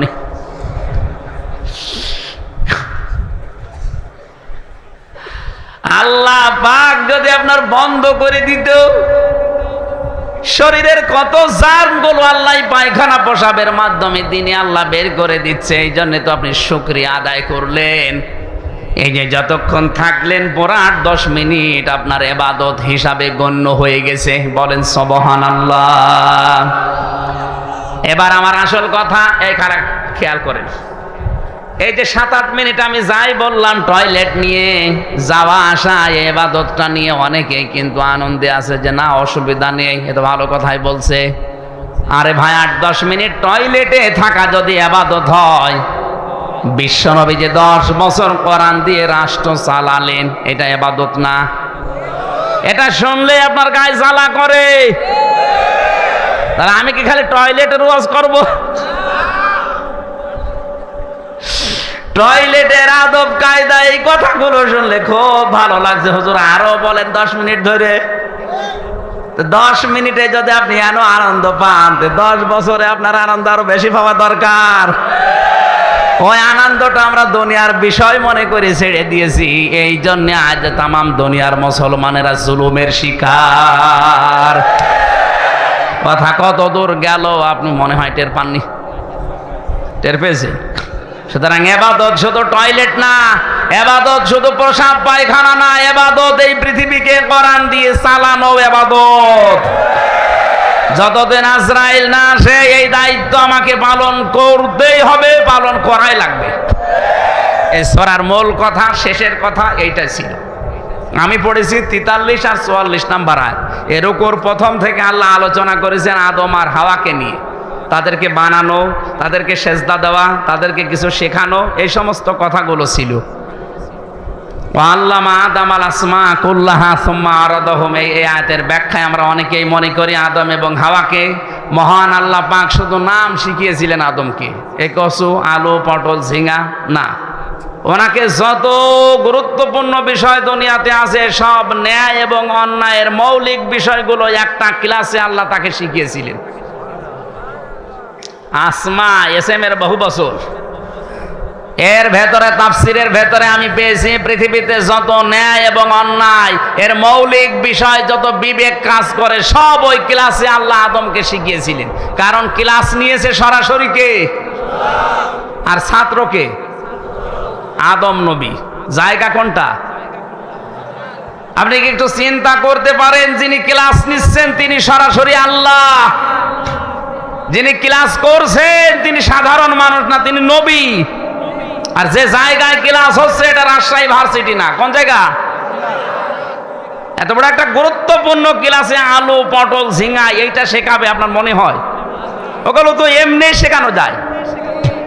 উনি শিখিয়েছিলেন এইটা মানব জীবনের ন্যায় কি অন্যায় কি এইগুলো আল্লাহ ওই ক্লাসে শিখিয়েছিলেন। এই জন্যে বাবার পক্ষ থেকে আমরা ওইটা অটোমেটিক পেয়ে গেছি। ন্যায় কোনটা অন্যায় কোনটা এটা আমরা এমনিতেই জন্মগতভাবে বুঝি, কারণ ওই বাবার পক্ষ থেকে পেয়েছি। এই কথাগুলো প্রথম দিক থেকে রুকুর প্রথমে ছিল। আল্লাহ রাব্বুল আলামিন শেষ পর্যন্ত আদম আলাইহিস সালামকে জানিয়ে দিলেন, হে আদম, তোমাকে আমি পাঠিয়ে দিলাম তোমার স্ত্রী এবং ওই শয়তানকে সাথে দিয়ে, সাথে পাঠালাম আমার হেদায়াত, আমার পথ নির্দেশিকা। যদি মেনে আসতে পারো যেখান থেকে পাঠিয়ে দিলাম আবার এই জায়গায় ফিরিয়ে নিয়ে আসবো। আর যদি মেনে নিয়ে আসতে না পারো, ওয়া ইন্না জাহান্নামা লামাউইদুহুম আজমাইন, যারা মানবে না তাদেরকে ওই শয়তানের সাথে একত্রিত অবস্থায় জাহান্নামে পাঠাবো। কোন জায়গায়? বলেন বলেন। এবার আলোচনা শুরু করছে আয়াত থেকে। আল্লাহ রাব্বুল আলামিন যে হেদায়েত বাণী পাঠিয়েছেন যুগে যুগে, তার সর্বশেষ হেদায়েতের নাম হচ্ছে কোরআনে কারীম। হুদাল লিন্নাস, হাদা বায়ানুল লিন্নাস। এই কোরআনে কারীম থাকার পরেও যারা আল্লাহর বিধানগুলো মেনে চলতে পারে না, ব্যর্থ হয়, ওই মানুষগুলোকে আল্লাহ শয়তানের সাথে জাহান্নামে একত্রিত করবেন। এখানে আজমাইন বহু বচন দিয়েছেন। যে জাহান্নামে আল্লাহ প্রবেশ করাবেন, ওই জাহান্নামের বর্ণনা এবার দিচ্ছেন। লাহা সাবাতু আবওয়াব, এই হার মারজা ওই জাহান্নামের দিকে, কারণ আয়াত শুরু হয়েছে জাহান্নাম দিয়ে। আল্লাহ বলেন এই জাহান্নামের দরজা 7টা। জাহান্নামের দরজা কয়টা? সারা জীবন আমরা এখানে অনেকেই পড়েছি জাহান্নাম 7টা, জান্নাত 8টা। কোন জায়গায় পেয়েছেন আপনি? এই যে জাকিরুল ভাই, কোনদিন পেয়েছেন যে জাহান্নাম 7টা জান্নাত 8টা পেয়েছেন? কোন জায়গায় পড়িয়েছেন? শুনেছেন শুধু? কোরআনে কারিমে সূরা হিজরের 44 নম্বর আয়াতে আল্লাহ দলিল দিচ্ছেন জাহান্নামে একটা, তার দরজা 7টা, জান্নাত একটা, দরজা 100টার উপরে। আমরা হয়তো 8টা বেশি জানি তাই বলি, আমরা 7টা বেশি জানি তাই বলি এগুলো, কিন্তু জাহান্নামের স্তরও অনেকগুলো আছে। এই আয়াতের ভেতর আল্লাহ 7টার বর্ণনা দিচ্ছেন। লাহা সাবাতু, সাবাতু মানে কি? 7। বাবের বহু বচন আবওয়াব, জাহান্নামের দরজা 7টা। লিকুল্লি বাবিম মিনহুম জুজউম মাকসুম, দুনিয়াতে যে যে ধরনের অপরাধ করবে আল্লাহ তাকে ওই দরজা দিয়ে প্রবেশ করিয়ে শাস্তি দেবে। প্রত্যেকের জন্য আলাদা আলাদা দরজা আছে। এখানে আমি প্রাইমারি স্কুল না কি যেন দেখলাম, তাহলে 1 থেকে 5 পর্যন্ত এই প্রাইমারিতে পড়ায়, এর আলাদা আলাদা ক্লাসরুম আছে না? কথা বলেন। যে যেই শ্রেণীতে পড়বে ওই দরজা দিয়ে সে প্রবেশ করবে। ক্লাস 1-এ পড়ে 5-এ যে ক্লাস করতে পারবে? ও 5-এ উঠতে হলো এখনো 5 বছর পড়া লাগবে। এখানে স্কুল কয়টা আছে বলেন তো? বলেন বলেন। ক্লাসরুম আল্লাহ পাক বলেন জাহান্নামও একটা, এর দরজা 7টা। লিকুল্লি বাবিম মিনহুম জুজউম মাকসুম, দুনিয়াতে যে যে ধরনের অপরাধ করছেন তাকে আল্লাহ ওই দরজা দিয়ে প্রবেশ করিয়ে ওই রকম শাস্তি দেবে। এখন কোন দরজা দিয়ে প্রবেশ করলে কিরকম শাস্তি হয় এটা আজকে কোরআনে কারিম থেকে জেনে যদি দেখি আমি এই দরজায় যাওয়ার উপক্রম হয়ে গেছে আমার, আমি এই দরজা দিয়ে প্রবেশ করার উপযুক্ত, তাহলে এখনো তো তওবা করার সময় আছে। ওই কাজগুলো ছেড়ে দিয়ে জান্নাতের যে 100টা দরজা আছে, স্তর আছে, যে কোনো এক দরজায় দিয়ে একটু দাঁড়াই। এক কথা বলে না কেন? এবার আসেন তো একটা একটা করে আমরা দরজাগুলো দেখি। যত কঠিন দরজা আমি কোরআনে পেয়েছি, সব চাইতে বড় কঠিন দরজার নাম হচ্ছে হুতমা। নাম কি? আরো জোরে বলেন। এটা এত মারাত্মক দরজা, এ দরজা দিয়ে প্রবেশ করার পরে যে ঘরের ভেতরে জাহান্নামের ভেতরে আগুন আছে এটা সাধারণ না, নারুল্লাহিল মুকদা। আল্লাহ পাক বলেন এই দরজা দিয়ে যাদেরকে প্রবেশ করাবো, এই দরজার ভেতরে যে আগুন আছে ঘরে, এই জাহান্নামের আগুনটা আমি নিজে জ্বালিয়েছি। আল্লাতী তাত্তালিউ আলাল আফিদা, এই আগুনের বৈশিষ্ট্য হচ্ছে গুণাগুণ হচ্ছে দুনিয়ার আগুন কোন জায়গায় লাগলো ওই জায়গা পুড়ে যায়, আর জাহান্নামে হুতমার এ দরজা দিয়ে প্রবেশ করে যে আগুন পাবেন ওইটা যেখানেই লাগবে আগে কলিজা পুড়ে যাবে। রাজশাহীবাসী কথাটা কত মারাত্মক কথা, শরীরে রাখলে শরীর পড়বে না, আগে কলিজা পড়বে। এখন এই মারাত্মক ভয়ঙ্কর জাহান্নামের এই দরজা দিয়ে প্রবেশ করবে কারা? মানুষ হত্যা করেছে যারা, জেনা করেছে যারা, না একেবারে ছোট ছোট অপরাধের কথা আল্লাহ দিয়েছে, যেটাকে আমরা গোনায় মনে করি না। এখন দেখেন তো আমাদের ভেতরে এটা আছে কিনা, আমি কথা কি বোঝাতে পারছি? কথা বুঝতেছেন? প্রথম নম্বর দরজার নাম হুতমা, এখানে যাবে কারা? ওয়াইলুল লিকুল্লি হুমাযাতিল লুমাযা, যারা সামনে পেছনে মানুষের নিন্দা করে, বদনাম করে। এখন বলেন বাংলাদেশে এই দোষে দোষী মানুষ নেই? সামনে পেছনে মানুষের যারা বদনাম করে বেড়ায়, মানুষের নামে আন্দাজে দোষ দেয়, যে খারাপ ধারণা করে একজনের প্রতি, এটা যে কত বড় ভয়ঙ্কর অপরাধ। এই অপরাধটা বাংলাদেশে যদি না থাকতো আমার তো মনে হয় হাজারো মানুষ জুলুম থেকে বেঁচে যেত। আমার জীবনে যে 3টা বছর কেটে গেল জেলখানায়, আমারও তো ধারণার উপরে, কিচ্ছু জানি না ও বিষয়ে, আন্দাজে বলছে তুমি এটা করতে পারো, তোমার কথা শুনে এরকম করেছে, এই ধারণা করে আমারে আপনি খাটালেন, অথচ আমি কিছুই জানি না ও বিষয়ে। শুধু আমি একা না, হাজারো মানুষ আজ এই ধারণার বশবর্তী হয়ে মিথ্যা অভিযোগে অভিযুক্ত হয়ে অনেকেই বিভিন্ন জেলখানায় আছে। জমি জায়গা নিয়ে মারামারি ছিল, গন্ডগোল ছিল, এখন আর পেরিয়ে উঠছে না, করবে কি? 4 বছরের নাতি দিয়ে এর নামে ধর্ষণের মামলা দিয়ে জেল খাটাচ্ছে 7 বছর। আপনার বিশ্বাস না হলে আপনি রাজশাহী চলেন, গাজীপুরের কাশিমপুর কারাগারে আমরা 10,000 মানুষ ছিলাম, 4 জেল মিলে। আমার মনে হয় নারী পুরুষের এই ধর্ষণ মামলাটায় প্রায় ওখানে 3,000। সব এরকম, কিচ্ছু জানে না। হয়তো মারামারি হয়েছিল 10 বছর আগে, ওরে ঘায়েল করবে কি দিয়ে? কিছুই পায় না। যখন 3 বছরের ছোট নাতি দিয়ে ওর নামে ধর্ষণের মামলা চালিয়ে 7 বছর জেলে দিয়েছে।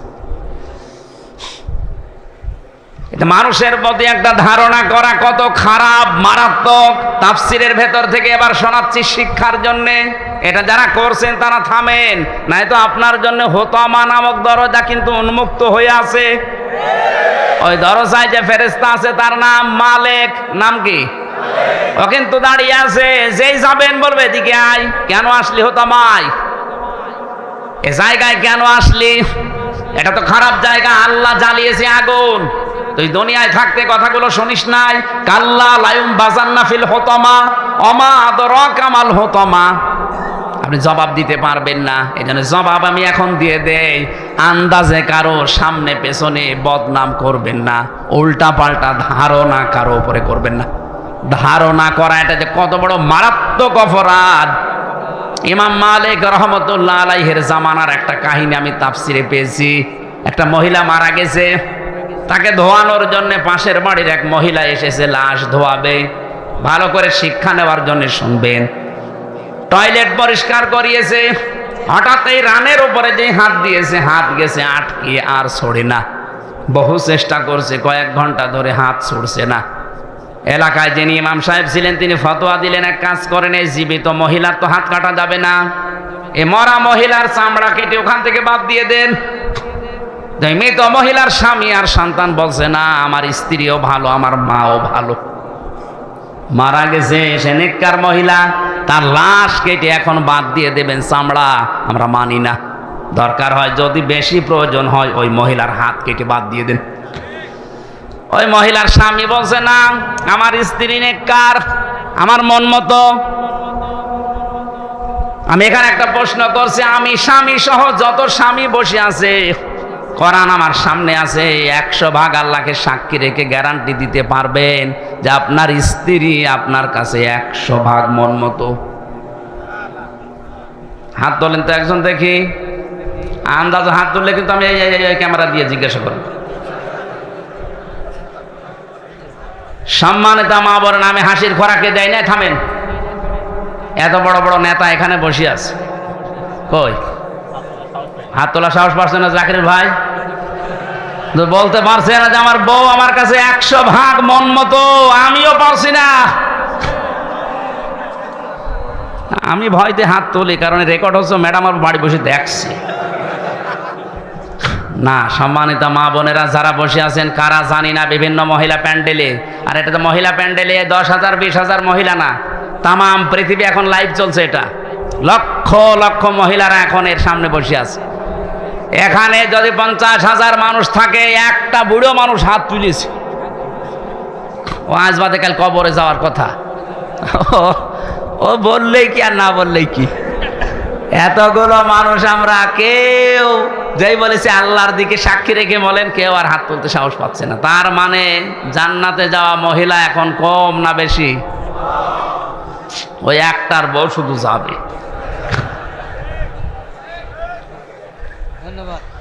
আলহামদুলিল্লাহ, যাক, বুড়ো মানুষ হলো ভালো। আপনার বউর জন্য আমরা দোয়া করব। আপনি হাসতেছেন, বলেন তো, একটা মানুষ বাদ দিয়ে কেউ সাহস পাইল না? এ লোকটা যখন বলেছে আমার বউ আমার মন মতো, আমি হাত কাটতে দেব না, আমি তো এসেছিলাম উপকার করার জন্য, আর এখন আমার এই বিপদে ফেল। তখন বলছে ঠিক আছে, এভাবে থাকো, পোশাক পায়খানা তো প্রয়োজন হয়েছে এই মহিলার, কিন্তু হাত তো ছড়ে না, কি করবে? শেষে ওই দেশের প্রধান বিচারপতি ছিলেন ইমাম মালিক রহমতুল্লাহ আলাই। মদিনায় তিনি বাস করেন। ঘোড়ায় নিয়ে তাকিয়ে, ঘোড়ায় চড়িয়ে নিয়ে আসা হচ্ছে। এই মহিলার কাছে পর্দা দিয়ে ঘিরে দিয়ে প্রশ্ন করছে ইমাম মালিক, হে আল্লাহর বান্দি, কি কি হয়েছে সঠিকভাবে বলবা, মিথ্যা কথার আশ্রয় নিলে কিন্তু আমি ধরে ফেলবো। ঘোড়া থেকে প্রথম থেকে একটা একটা করে বলছে, আমি এই করেছিলাম, আমি তো আপন মনে এসে লাশ ধোয়ানোর জন্য প্রসাব পায়খানা পরিষ্কার করিয়ে শুধু রানের উপরে হাত দিয়েছি, আর হাতটা আটকিয়ে গেছে। ইমাম মালিক বলছে, না, আমার একটা কথা কেমন যেন ছাড় ছাড় মনে হচ্ছে। আর একটা কথা এর ভেতরে আছে গোপন, সত্যি করে বলো কি? আমার কাছে কিন্তু কোরআন আর হাদিসের রাডার আছে, আমি ধরে ফেলবো। ধমক দেওয়ার পরে মেয়েটা বলছে, ইমাম, আমি যখন লাশ ধোয়াতে চাচ্ছিলাম, প্রসাব পায়খানা পরিষ্কার করিয়ে যখন রানের উপরে হাত দিয়েছি, ওই সময় এই মহিলার প্রতি একটা খারাপ ধারণা নিক্ষেপ করেছিলাম। ওকে মনে মনে বলেছিলাম, কাউকে আমি শোনাইনি, মনে মনে আমি বলেছিলাম, তুমি তো উপরে ফিটফাট, কিন্তু ভেতরে তোমার তো সদরঘাট। কারণ হচ্ছে, এই তোমার বাড়িতে আমি একটা পুরুষ মানুষকে একদিন প্রবেশ করতে দেখেছিলাম। পরবর্তীতে জানতে পারলাম ওইটা আসলেই ওর আপন নিজের বড় ভাইয়ের ছেলে। বলেন তো, ভাইয়ের ছেলে ওই মেয়েটার সম্পর্কে কি হয়? ফুফু। কি হয়? ফুফু বোঝেন? 14 জন মহিলার সাথে, 14 জন পুরুষের সাথে একজন মহিলার দেখা করা যায় যাচ্ছে কয়জন? তার ভেতরে ভাইয়ের ছেলে নেই। এই কথা বুঝতেছেন? এই যে মাহারাম পুরুষ, এই 14 জনের ভেতরে ভাইয়ের ছেলে, আপন ভাইয়ের ছেলে হলে যায় যাচ্ছে। অথচ সেটা আমি না জেনে খারাপ মন্তব্যর উপরে নিক্ষেপ করেছিলাম। আল্লাহর নবী জানিয়েছেন, মান সালিমাল মুসলিমুনা মিন লিসানিহি ওয়া ইয়াদিহি। আমি হাদিসটা প্রথমে পড়েছিলাম। আল্লাহর নবী জানিয়েছেন, ওইটাই তো মুসলমান যার হাতের দ্বারা, মুখের দ্বারা অন্য মুসলমানের নিরাপদ থাকে। তোমার হাতের দ্বারা, তোমার এই মুখের দ্বারা এমন একটা কিছু নিক্ষেপ করেছিলে যেটার দ্বারা এই মহিলার উপর একটা কলঙ্কের দাগ পড়েছে তার চরিত্রে, অথচ ওই দোষ এই মহিলা করে নাই। যে পুরুষকে তুমি বের হতে চেয়ে দেখেছিলে, ওটা তার আপন ভাইয়ের ছেলে, ওটা তার ফুফু হয়। কি হয়? বলেন বলেন। ফুফুর সাথে মায়ের সাথে কোনো খারাপ ধারণা করে মেনে নেওয়া যায়? আর এটা জায়েজ আছে। শেষ পর্যন্ত তুমি যখন এই ধারণাটা মুখ দিয়ে মনে মনে নিক্ষেপ করেই দিয়েছো, মহান আল্লাহ তোমাকে ছাড়ে নাই, এই পাপের শাস্তি দুনিয়ায় পাঠিয়েছে। সূরা নিসা 5 নম্বর পারা 15 নম্বর পৃষ্ঠা 13 নম্বর লাইনের 112 নম্বর আয়াতে এই আয়াতের দলিল আছে, ওমাই ইয়াকসিব খাতিয়াতান আও ইসমান সুম্মা ইয়ারমি বিহি বারিয়ান ফাকাদ হিতামালা বুহতানা ওয়া ইসমাম মুবিনা। এটা ইবনে কাসিরে আছে। আল্লাহ পাক বলেন দুনিয়াতে এমন বহু মানুষ আছে নিজে অন্যায় করে, আর অন্যায়টা যখন হয়ে যায় তখন একটা নিরপরাধ মানুষের ঘাড়ের উপরে দোষটা চাপিয়ে নিজে ভালো সাজে। এই দেশে নেই? এই কথা বলে না কেন? নিজে অন্যায় কাজ করেন, নিজে ঘুষ খান, নিজে সুদ খান, আর একটা নিরপরাধ মানুষের উপরে দোষটা চাপিয়ে দিয়ে তার জীবনটা নষ্ট করে দেন। আল্লাহ বলেন ফাকাদ ইহতামালা বুহতানা ওয়া ইসমাম মুবিনা। এরকম অপরাধ যারা করে তারা যেন প্রকাশ্য পাপের বোঝা বহন করে নিয়ে বেড়ায়। আজ হয়তো আমরা এটা দেখতে পাচ্ছি না, তাই যদি আদম নবীর ওই শরীয়ত থাকতো তাহলে গোনাগুলো আজ আমরা দেখতে পেতাম, আপনি রাস্তায় বের হতে পারতেন না। বাংলাদেশে বহু মামলা যারা দায়ের করে, এই মামলাগুলোর আয়ু যারা আছে, মামলাগুলোর বাদী যারা আছে, আমার তো মনে হয় হাজারো মানুষ ধরা খেত, রাস্তায় বের হতে পারতো না। তুমি যখন এই অন্যায়টা করেই ফেলেছ, তোমার শাস্তি আছে কোরআনে কারিমে 2টা। والذين يرمون المحصنات ثم لم يأتوا بأربعة شهداء فاجلدوهم 80 ولا تقبلوا لهم شهادة আবাদা ইলা আখিরি আয়া। সূরা নূরের 4 নম্বর আয়াতটা তিনি তেলাওয়াত করলেন। উপস্থিত স্বামী 2 জন আছে, ওর স্বামী আর মৃত মহিলার স্বামী, 2 জনকে বললেন আমি প্রধান বিচারপতি এই দেশের, কোরআনে কারিম দিয়ে রায় দিয়ে দিলাম, এই মহিলা যদি নিরপরাধ কোনো নেককার মহিলার উপরে জেনার তহমত, ধর্ষণের তহমত, ব্যভিচারের তহমত লাগায়, আর যদি 4 জন সাক্ষী জোগাড় করতে না পারে, তাহলে তার প্রথম শাস্তি 80টা বেত মারা। 2 নাম্বার, কোনো দিন তার সাক্ষী আর কবুল হবে না, আদালতে গ্রহণ করা হবে না। ওর যেহেতু সাক্ষী নেই, তাহলে 80টা বেত মারা লাগবে এখন, আর জীবনে বেঁচে থাকতে ওর সাক্ষী আর আদালতে গ্রহণ হবে না। এই আয়াতটা যদি আজ বাংলাদেশের সংসদে 53 বছর আগে কায়েম থাকতো, এই কথা বলছেন, কত মানুষের সাক্ষী এমনি বাতিল হয়ে যেত। আমরা মামলার চার্জশিট দিয়েছে, বিচার শুরু হবে।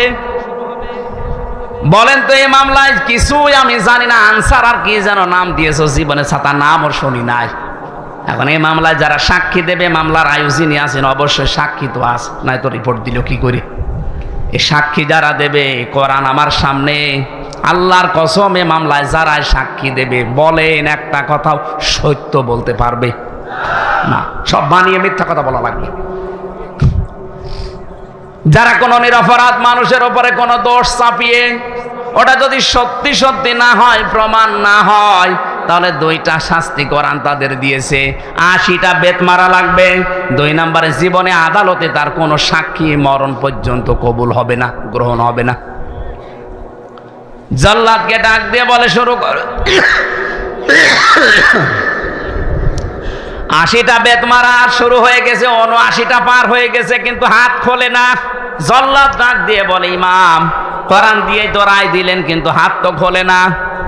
ইমাম মালিক বললেন না, ওয়া তাম্মাত কালিমাতু রাব্বিকা সিদকাও ওয়া আদলা লা মুবাদদিলা লিকালিমাতি। কোরআনে কারিমে আল্লাহ বলেন, আমার কালামে যা কথা আছে সব সত্য কথা, সব ইনসাফপূর্ণ কথা, আর কোনোদিন আমার কালামের কথা পরিবর্তন হবে না। যেহেতু আমি 80টা বেতের কথা জানিয়েছি, 80টা মারতে হবে, 79টা হয়েছে। আমি আল্লাহর কোরআনে 100% বিশ্বাস করি, বিচার আমি কোরআন দিয়ে করেছি, এটা সঠিক হয়েছে, তুমি আর একটা মারো। জল্লাদকে যখন বলে আর একটা মারো, সঙ্গে সঙ্গে 80টা শেষ হতে দের হাত চট করে খুলে যেতে দেরি হয়নি। আমি শুধু সুবহানাল্লাহ নাউযুবিল্লাহ পড়ার জন্য বলি নাই। এখানে শিক্ষা কি? নিরপরাধ কোন মানুষের উপরে যে বিষয় সে জানে না এরকম একটা তহমত যদি কেউ লাগিয়ে দেয়, ওটা যেন প্রকাশ্য পাপের বোঝা বহন করে নিয়ে বেড়ায়, এটা কিন্তু ওই মহিলাকে দিয়ে আল্লাহ দেখিয়েছেন। আমার মনে হয় এটা যদি আজ বাংলাদেশে আল্লাহ দেখাতো, কত মানুষ এমনিতে ওয়াজের আগে ভালো হয়ে যেত।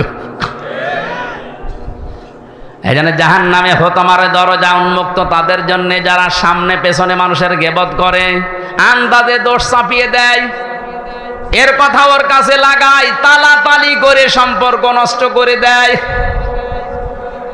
এই এতটুকু অপরাধের কারণে এই ভয়ঙ্কর দরজা দিয়ে আপনি যাবেন, আপনি কোনোদিন কল্পনা করেছেন? এখানে হাজার হাজার মানুষ, আমার মনে হয় অনেক মানুষ এমন পাওয়া যাবে দুনিয়ার কোনো বিষয় নিয়ে কথাবার্তা বন্ধ করে আজ 3 দিন 7 দিন 10 দিন 3 বছর কথা বলে না। কি অপরাধ করেছে? মুরগিতে ধান খেয়েছে, এই অপরাধ না। যারা 3 দিনের বেশি পার হয়ে গেছে কথাবার্তা বলেন না, যদি আজকের এই ময়দান থেকে এটা মিটিয়ে যেতে না পারেন, আর এই অবস্থায় যদি মরে যান, আপনি বেঈমান হয়ে মরবেন। এক্ষুনি মেটানো লাগবে। শুধু ওয়াজ শুনতে আসা না, এখান থেকে ওয়াজ বাড়ি নিয়ে যাওয়া লাগবে। কথাবার্তা বন্ধ করে দিয়েছেন 3 দিনের অধিক, এরকম কেউ থাকলে হাত তোলেন তো। একজন কি কথা বন্ধ করেছেন কোন কারণে? না, আখেরাতের কোন বিষয় আল্লাহর সাথে রিলেটেড, ইসলামের সাথে, ওইটা হলে বাদ আলাদা। দুনিয়ার কোন বিষয়ের সাথে সম্পর্কিত কোন বিষয় নিয়ে যদি কথাবার্তা কেউ বন্ধ করে অবস্থায় মারা যান, আপনি কিন্তু 3 দিন পার হয়ে গেলে যদি মিটিয়ে ফেলতে না পারেন, আল্লাহর কসম আপনি বেঈমান হয়ে মরবেন, ঈমান পাবেন না। আপনার নামাজ, রোজা, দাড়ি, টুপি, পাগড়ি সব মাঠে মারা যাবে। আর এটা বেশিরভাগ হয় এই তালাতালি করার কারণে। সুতরাং এই গোনা থেকে আমরা যেন আজকেই মুক্ত হয়ে যেতে পারি। যারা এগুলো বন্ধ করে আছেন, যদি নিজের থেকে উদ্যোগ নিয়ে কথা আরম্ভ করতে পারেন, আল্লাহর আরশ আপনার উপরে খুশি হয়ে যাবে। এই আমলটা জারি করা যায় না? অন্তত যে 2 জন হাত তুললো এরা তো পারে নাকি?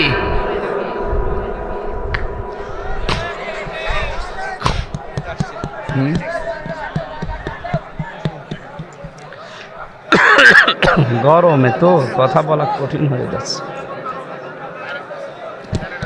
তাড়াতাড়ি করেন। সুবহানাল্লাহ, আলহামদুলিল্লাহ, লা ইলাহা ইল্লাল্লাহ। সুবহানাল্লাহ, আলহামদুলিল্লাহ, লা ইলাহা ইল্লাল্লাহ। সুবহানাল্লাহ, আলহামদুলিল্লাহ। এই লাইন দেন না কেন? তাড়াতাড়ি দেন। সুবহানাল্লাহ, আলহামদুলিল্লাহ, লা ইলাহা ইল্লাল্লাহ, লা ইলাহা ইল্লাল্লাহ, মুহাম্মাদুর রাসূলুল্লাহ। সম্মানিত ভাইরা, গরমে যে অবস্থা, আপনারা বসে আছেন, ধন্যবাদ আপনাদেরকে। এখন প্রায় রাত 12টা বেজে যাচ্ছে, তাহাজ্জুদের সময় হয়ে যাচ্ছে। আর 7টা যে বিষয় ছিল এর ভেতরে একটা একটা বলতে গেলে ফজর হয়ে যাবে। আমরা যতটুকু শুনেছি, এই গোনা থেকে অন্তত আমরা যেন আজকেই নিজেকে মুক্ত রাখতে পারি। 2 নম্বর অপরাধ হচ্ছে আয়াতের পরে আল্লাযী জামা মাল ওয়া আদ্দাদা, যারা মাল সম্পদ জমা করে আর বারবার হিসাব করে।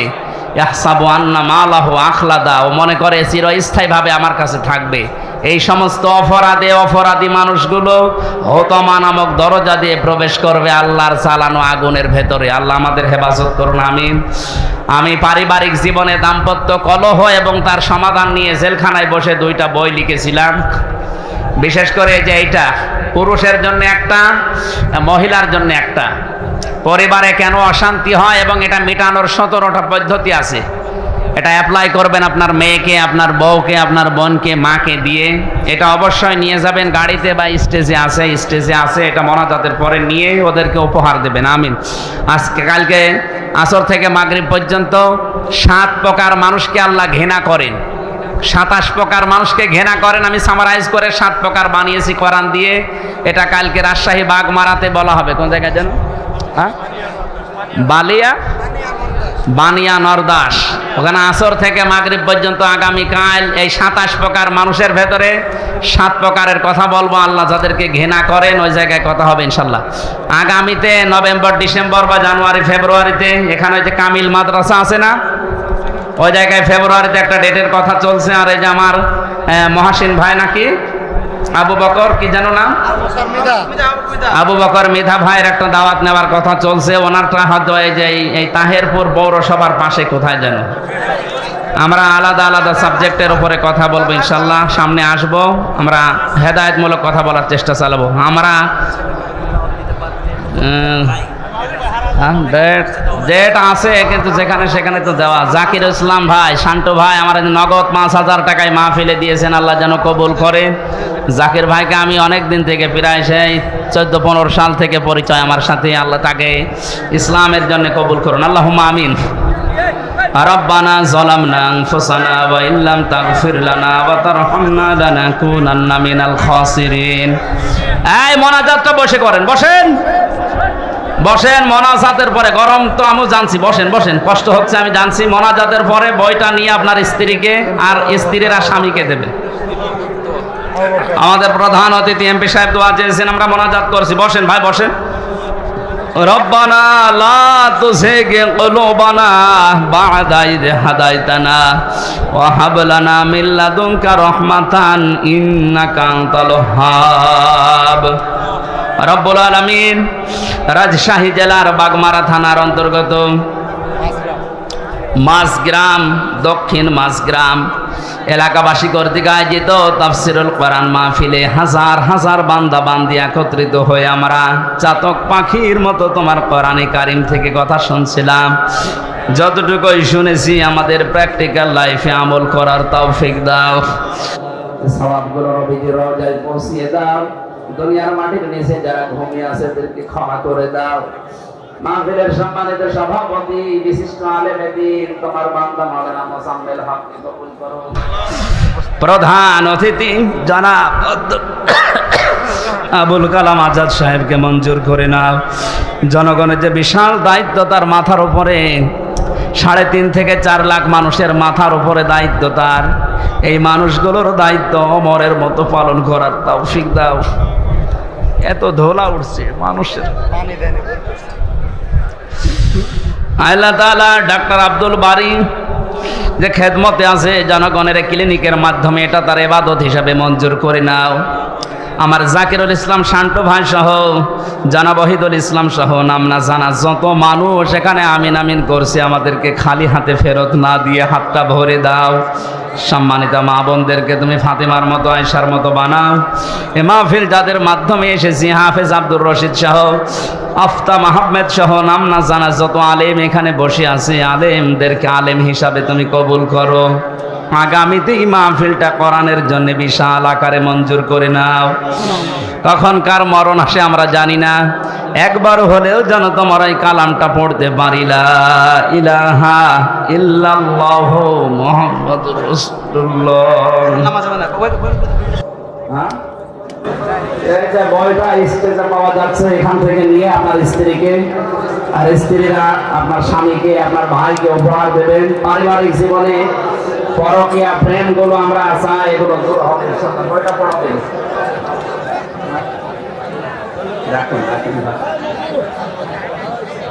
এই স্টেজে আছে যাদের লাগে আপনারা কিনে নিয়ে বাড়িতে নিয়ে যান, কাজে লাগবে। আমি আমার শরীরের ভেতরে ঘেমে একেবারে শেষ হয়ে গেছে।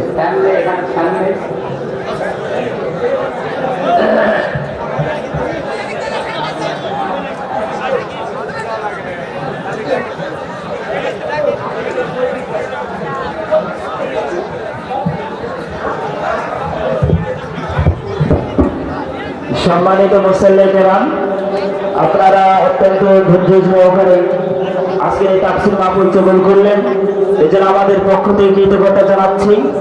আপনারা আবার শান্তি শৃঙ্খলার সাথে রাস্তা দিয়ে যাবেন ইনশাআল্লাহ।